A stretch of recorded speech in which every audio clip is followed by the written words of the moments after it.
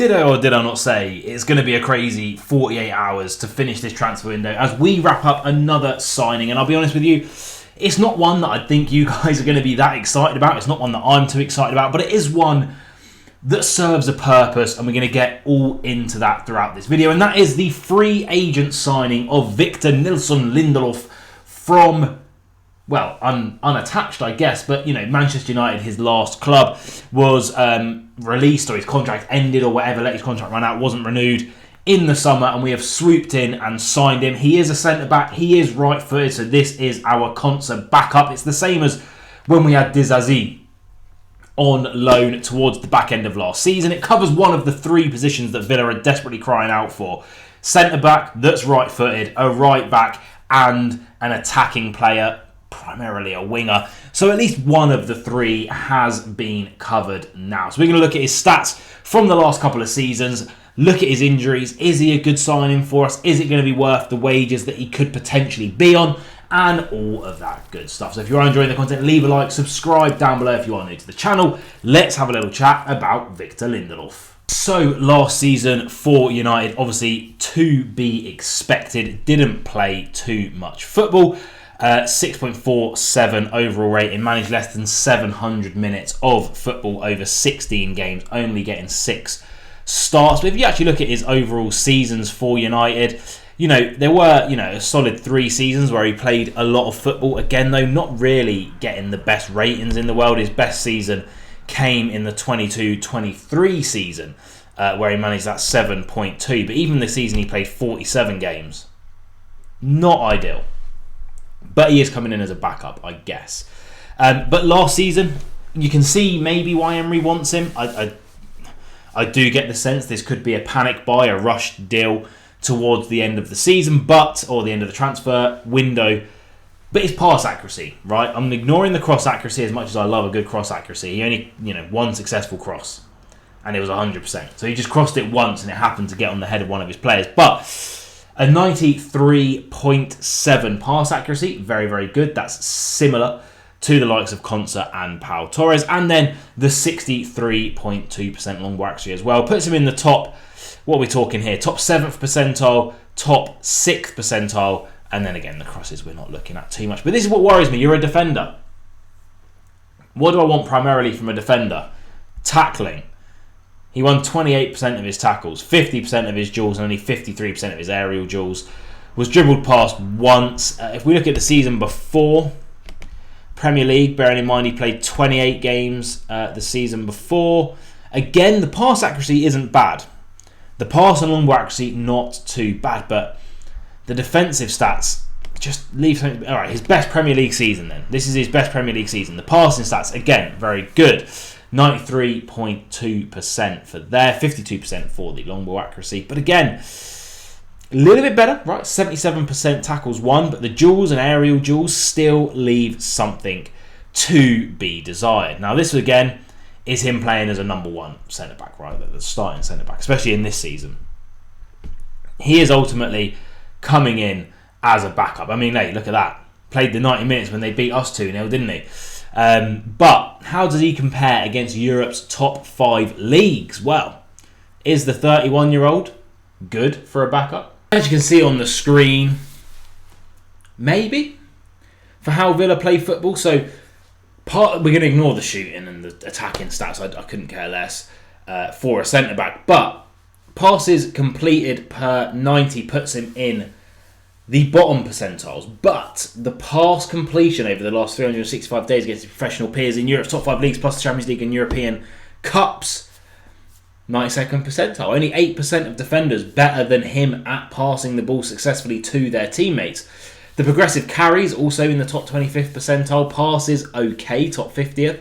The tackle, again, the tackles and blocks, all the defensive stats at the bottom there leave something to be desired, right? They leave a little bit to be desired. But perhaps, as again, this is a backup to Konsa. If Konsa needs a rest and it's a game where we should be happy to keep a clean sheet, dominate possession and just pass the ball about,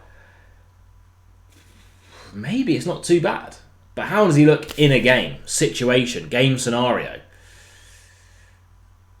I guess we should watch. And SVMM never miss a beat. Here he is putting his body on the line to save a goal for Sweden there.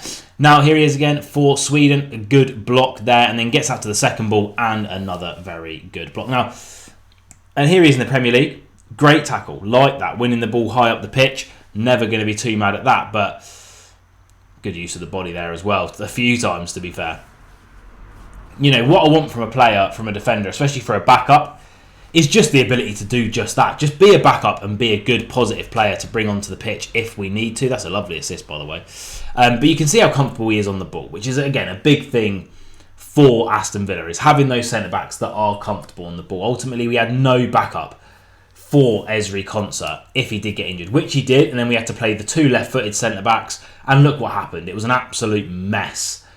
When we did play them against Brentford. You know, this did not work. It doesn't work having two left-footed centre-backs in this Villa team. So this option is effectively saving. I mean, Bogard is a centre-back, very good player. Do I particularly like him playing centre-back at his age, experience level?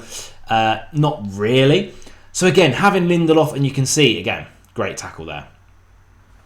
He's not a bad player. He is a good player. He does have that bit about him, and he is comfortable on the ball. And ultimately, we're paying nothing for him. We're going to get into the wage structure in a little bit of time. But he's confident. He can bring the ball out of defence, which I always don't mind. Again, the way Villa play, if we need to break through the lines and just have a couple of quick passes in succession to get us up the pitch, he can do that. And he does have the defensive capability to be good and beat. And obviously, you know, has struggled with injuries as well. But it's just really hard to get excited. But then again, it's always sort of hard to get excited about these signings, which you would just consider as savvy, smart signings. Now, here's my only worry. Aston Villa, we have just had awful luck with injuries over the past couple of seasons. Right now, we have Kamara and Onana injured. We're signing a backup for Konsa. God forbid what would happen if Konsa got injured. We've seen how poor we are at the back in the one-game suspension he served against Brentford. You've already seen it. It's on the screen. I don't know why I wouldn't have moved over and left dead space there. But Lindelof's injury record was okay until 2 years ago, where, as you can see, groin problems, 58 days, hamstring injury, 54 days, toe injury, 42 days, and then two unknown injuries, another 50 days combined there. In the last 2 seasons, that has meant he has missed, through injury, 43 games of football. Now, I understand, as a backup, there's less chance he's going to get injured. But then again, you can get injured in training, you know. And considering his last wage at Manchester United was £170,000 a week, the structure of this deal for me just has to be correct. But overall, what do I think? Look, it's not... It feels a panic. Purely because we were after JD Camvo for a long period. He's gone to Crystal Palace, probably to cover for the fact that they might lose Mark Guehi to Liverpool. And now it's like, right, we've officially missed out on Camvo. Who's out there? Lindelof's a free agent. Let's just get him in. It kind of feels like the Dizazi loan from last season. But saying that, it does serve a purpose of a backup right-footed centre-back who has ultimately Premier League, Champions League and international experience. He's played at the highest level with Manchester United. He played nearly 300 games for United in all competitions. So we should be excited, right? But again, it's hard to get excited over these, what I call like maintenance signings, you know. I'd assume we're only going to sign him on a 1-year deal. He's 31. The wages could be high. He'd have to take a pay cut. I wouldn't give him anything over 75 grand a year, to be honest with you. So I don't know what he'll be on. I'll get back to that when I do my review and grading of the transfer window, because we should know his wages then. Look, I'm not excited about it, but am I annoyed at the fact we've signed cover for Konsa? Not really. So it's not the best, but it's not the worst. What do you think? Comment down below. Now I'm going to stop this recording and go and talk about Emi Martinez. Good Lord.